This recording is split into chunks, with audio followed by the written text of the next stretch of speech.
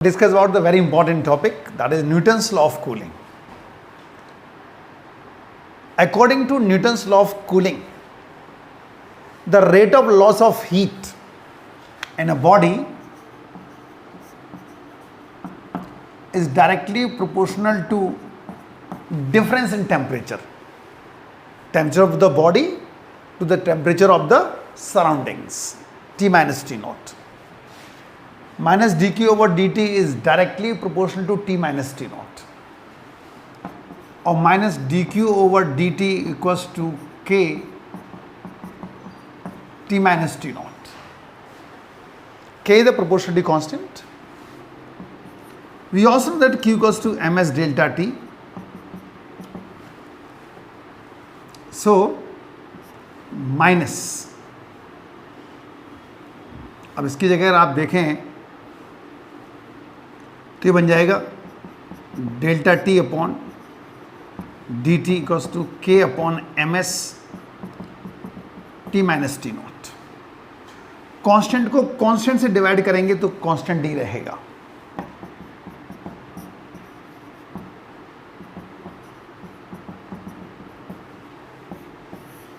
और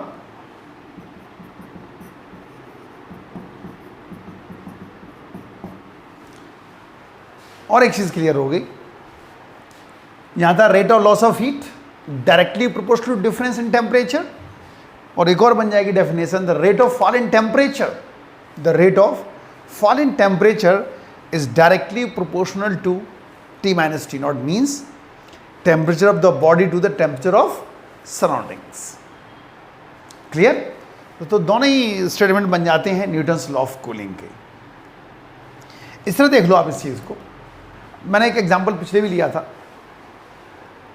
और जानो, अगर कोई बच्चा दूध पीना चाह रहा है और दूध बॉइल्ड है तो उसकी माँ क्या करती है, एक थाली में उसको पलट देती है. और जल्दी ठंडा करना हो तो बकेट में पानी भरा हो उसके ऊपर रख देती है उस थाली को. तो rate of fall in temperature fast हो जाता है, क्योंकि बकेट का में जो पानी भरा हुआ वो ठंडा होगा. तो सराउंडिंग का टेम्परेचर बहुत कम हो गया. ठीक है, तो फॉल इन, अब देखो टी माइनस टी नॉट जो है वो डिफरेंस ज़्यादा हो गया. जितना ये ज़्यादा होगा उतना ही फॉल इन टेम्परेचर ज़्यादा होगा. इवन कि आप देखो, लोग कई तुमने देखे होंगे खाना खाते हैं गर्मियों में, तो सब्जी आई प्लेट में और वो थाली में पलट लेते हैं. ठीक है कि नहीं? जल्दी ठंडी जाती है, आराम से खा सकते हैं वो. That the reason. Clear?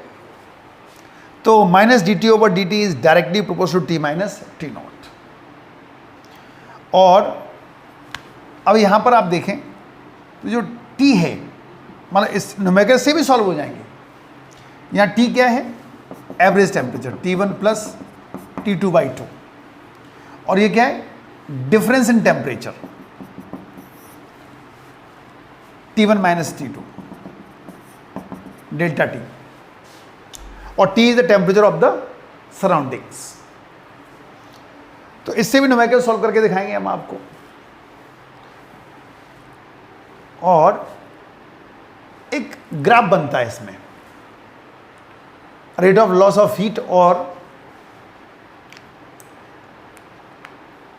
Fall in temperature के साथ.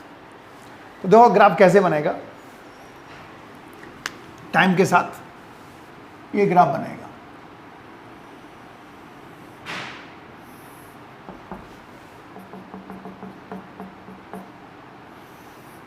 ऐसे ग्राफ बनता है.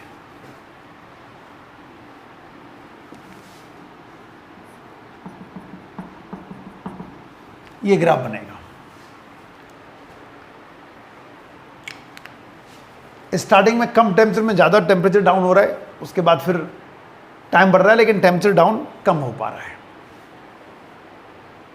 ठीक है, मतलब जानो, अगर न्यूटन्स लॉ ऑफ कूलिंग को समझना है तो ऐसे जानो, किसी बॉडी टेम्परेचर है 40 डिग्री सेल्सियस, या सराउंडिंग का टेम्परेचर है 40 डिग्री सेल्सियस और बॉडी टेम्परेचर है 80 डिग्री सेल्सियस. सपोज पहले 10 मिनट में वो 10 डिग्री सेल्सियस डाउन हो रहा है, 10 मिनट में कितना आ गया वो 70, अगले 10 सेकंड में क्या आएगा, अगले 10 मिनट में क्या आएगा 60 नहीं आएगा,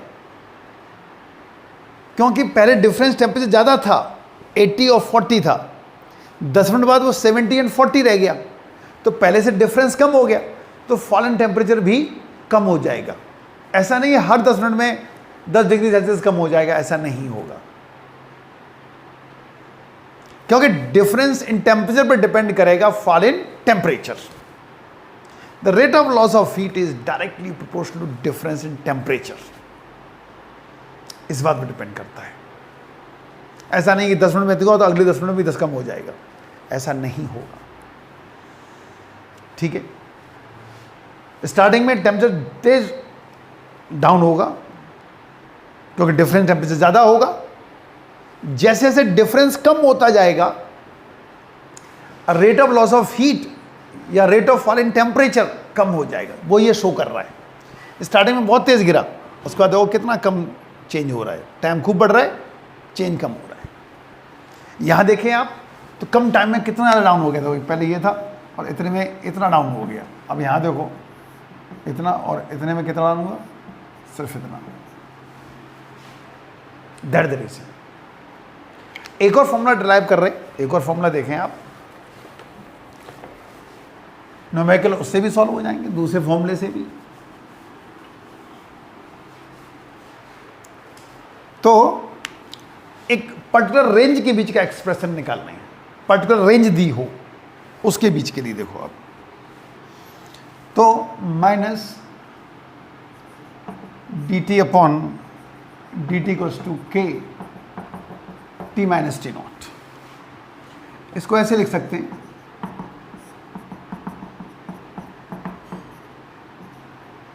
k dt, ठीक, इंटीग्रेट कर दो।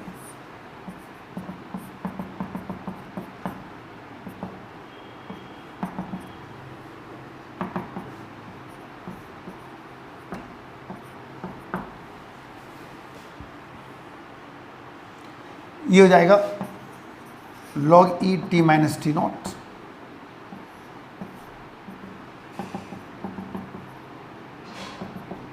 के T plus C,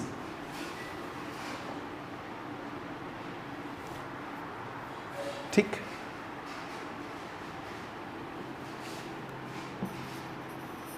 log e t2 minus T not minus log e, या यहाँ माइनस रहने दो, इधर ही रहने दो minus, minus log e upper limit minus lower limit, ठीक है,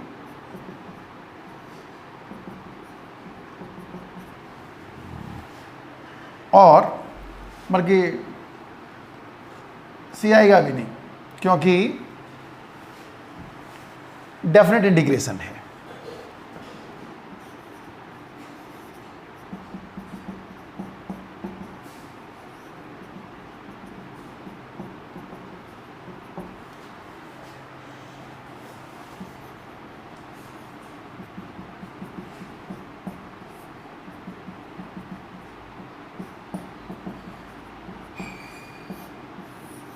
एक फॉर्मूला ये बन जाएगा log e t1 minus T naught upon t2 minus T naught equals to K T. इससे भी न्यूमेरिकल सॉल्व होंगे। इधर न्यूटन्स लॉ ऑफ कूलिंग के फॉर्मूले, एक तो ये फॉर्मूला बन गया और एक ये बन गया, ठीक है।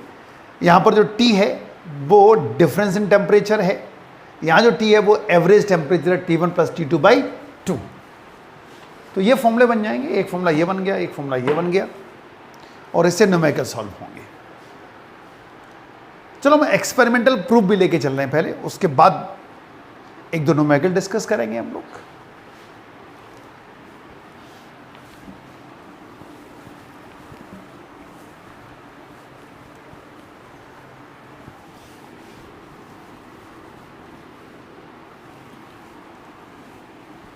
तो experimental verification of Newton's law of cooling लेके चल रहे हैं हम लोग।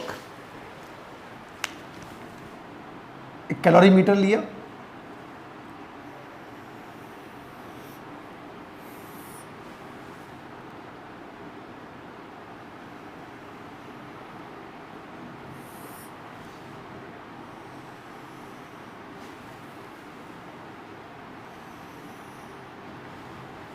डबल वॉल्स वाला,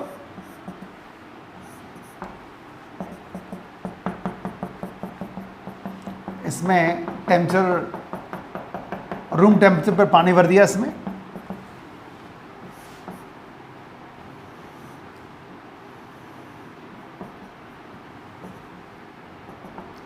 ये टी नॉट रीड करेगा।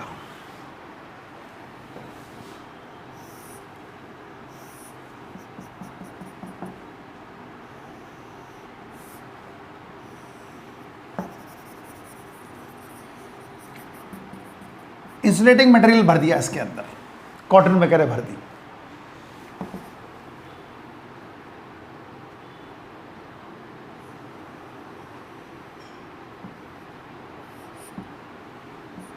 स्टेरर है ये, इसको घुमाएंगे, इसमें पानी भरा हुआ है। जो कैलोरीमीटर का वॉल्यूम है उसका 2/3 ऑफ वॉल्यूम इसमें पानी भर दिया, हॉट वाटर भर दिया। और कोशिश ये रहती है कि इसमें जो पानी भरा और ये जो पानी भरा उसमें डिफरेंस 40 डिग्री सेल्सियस का हो, आइडियल कंडीशन के हिसाब से। ठीक है, अगर ये 30 डिग्री सेल्सियस पे तो यहाँ पर कितना भर दिया, 70 डिग्री सेल्सियस का पानी भर दिया इसमें।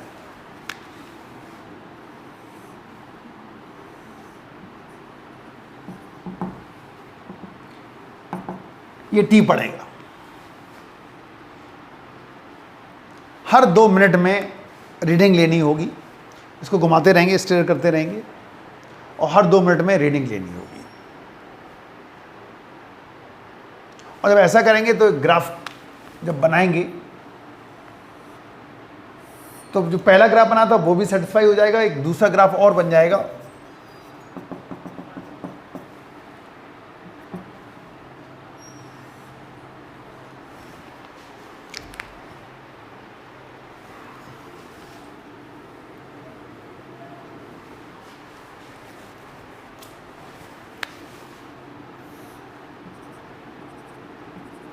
एक ये ग्राफ बन जाएगा। ठीक है, और अगर आप चाहते हो दूसरा ग्राफ तो वो जो बनाया था वो ऐसे बन जाएगा।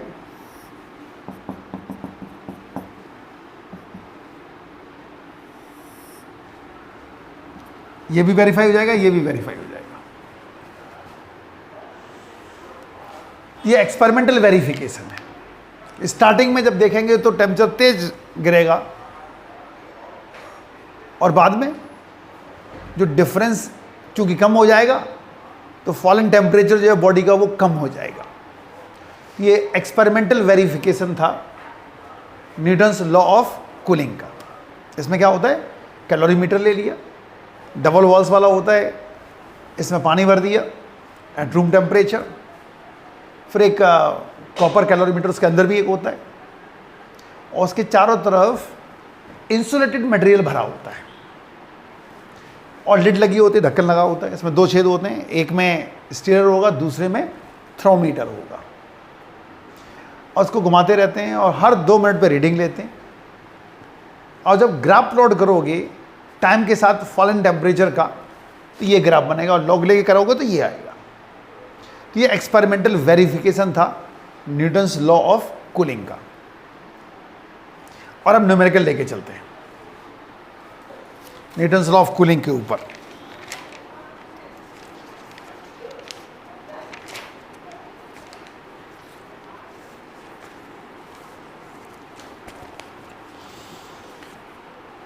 दोहरा numerical.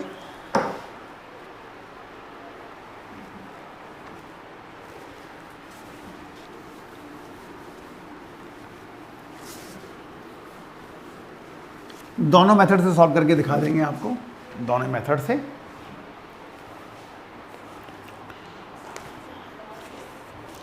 A body initially at 64 degrees Celsius cools to 50 degrees Celsius in 5 minutes. The temperature of the surroundings is 16 degrees Celsius. Find the temperature after further 5 minutes. तो क्या क्या दिया हुआ है, T1 दिया हुआ है 64 डिग्री सेल्सियस,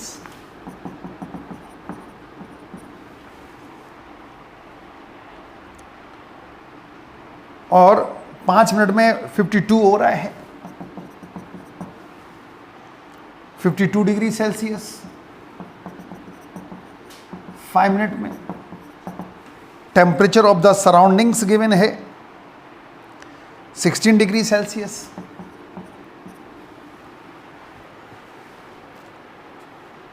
तो अभी एक फॉर्मूला हम लोगों ने ड्राइव किया ही था,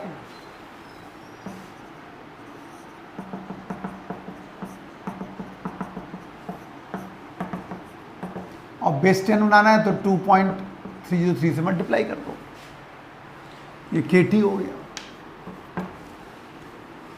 तो फर्स्ट स्टेप में ये चीजें बन रही हैं। फर्स्ट स्टेप में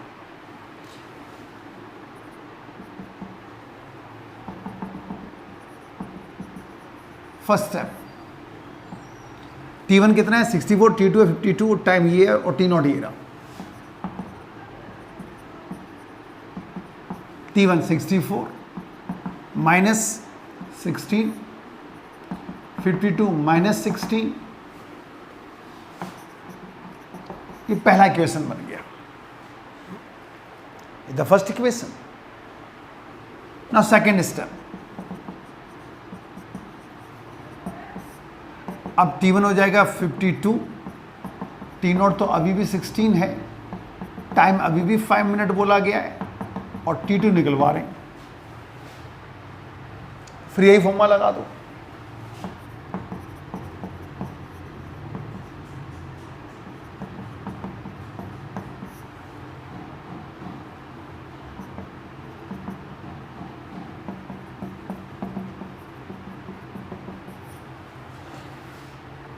दोनों को इक्वेट कर दो।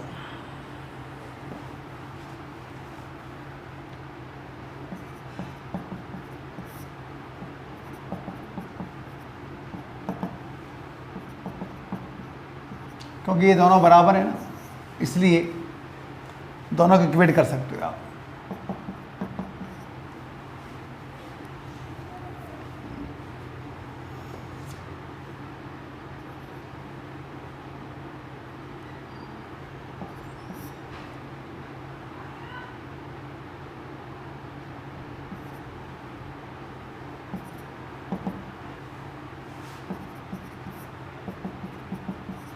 और जिसको सॉल्व करेंगे तो T2 मिलेगा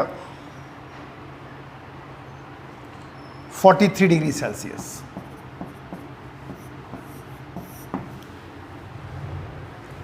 डिग्री सेल्सियस आएगा। ठीक, अब हम लोग सेकंड मेथड से लेके चल रहे हैं। एक फॉर्मूला और मैंने आपको ड्राइव करके बताया था, ये समझ गए हो कि दोबारा देख लो उसको। स्टार्टिंग में 64 डिग्री सेल्सियस था और 5 मिनट में टेम्परेचर कितना आ गया 52, सराउंडिंग 16 है। अगले 5 मिनट बाद उस बॉडी का टेम्परेचर क्या होगा। पहला स्टेप में ये T1 हो गया, T2 हो गया, ये लिख दिया। सेकेंड स्टेप में जो T2 था वो अब क्या बन गया T1, और T2 निकालना है। दोनों के राइट हैंड साइड से इक्वल है, इसलिए हम दोनों को इक्वेट करके लॉग से लॉग काट सकते हैं और यहाँ से T2 निकाल सकते हैं। एक और मेथड देखो, इसी सेम क्वेश्चन को और एक मेथड से सॉल्व कर रहे हैं।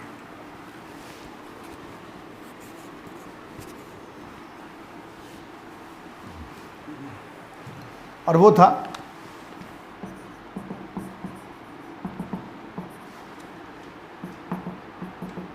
T minus T naught। First step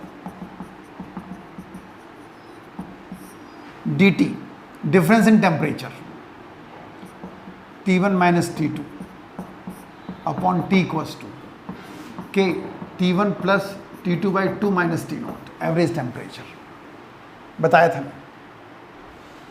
T1 है 64 minus 52 upon 5 K 64 plus 52 by 2 minus 16।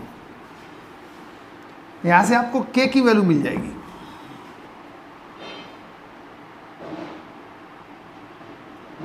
ठीक है, और चलो ऐसे ही लिख सकते थे उसको। यहां बनेगा 12 बाई 5 इक्वल्स टू माइनस के इंटू 42, चलो एक बना गया ये। अब सेकेंड स्टेप में आते हैं। Second step,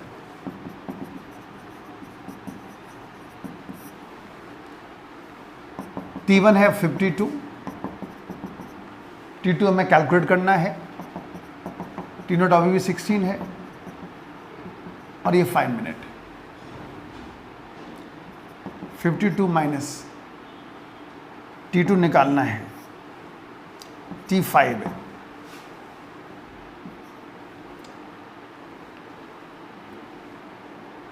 (52) plus T2/2 minus 16, ये बन गया सेकेंड इक्वेशन। ठीक, अब फर्स्ट और सेकेंड इक्वेशन को सॉल्व करेंगे तो यहां से T2 मिलेगा 43,